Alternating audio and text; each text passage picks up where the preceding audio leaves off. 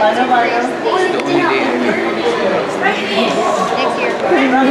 Hey! Wait lang. Ang nga pala yung Assistant Secretary of 09, 010. Ay, 010. 09.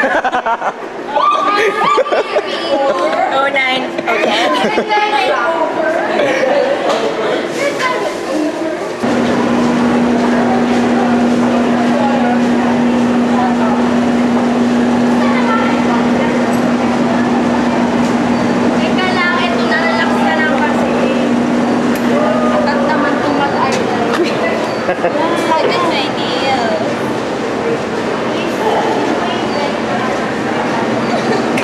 Ganun mamaya. Uy, wait, ito na. Ayan na. Liga yung table.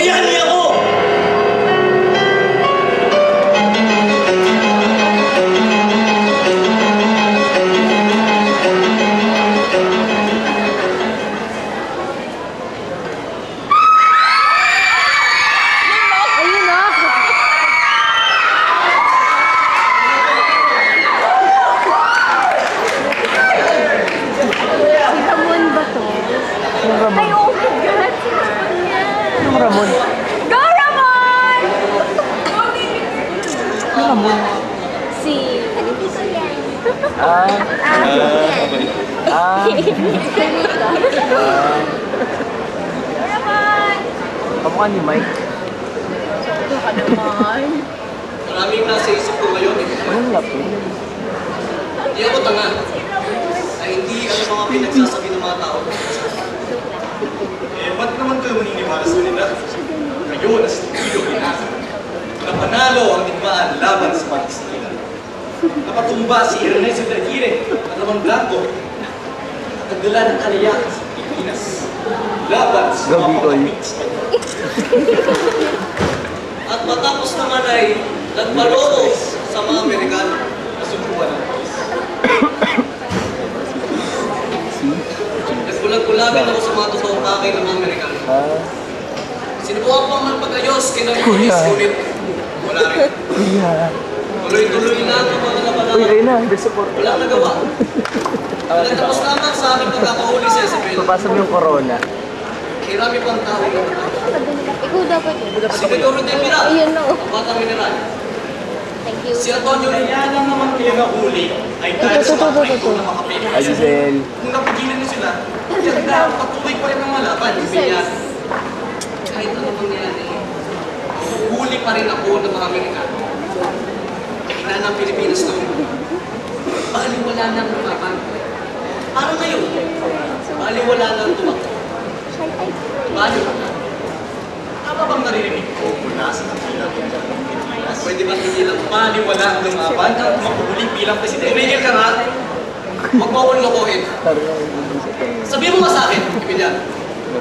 Sa tingin mo ba talaga may laban pa? Okay. Hindi ko alam ba't Na may pag-asa pa akong manalo bilang presidente ng Poland. hindi naka-open sa lahat. Laban kayo. Hindi. Meron din. Hindi natin may tatanggi na bigla kang nawala. Kaya nahuli, nangako ng alyansa sa Estados Unidos. At si Miguel Malvar lamang sa tumutulong-tulong yung laban niyo. Bigla kang nawala. Sa mga pinagsasabi ni Garcia, naniniwala ko. Si Antonio Luna.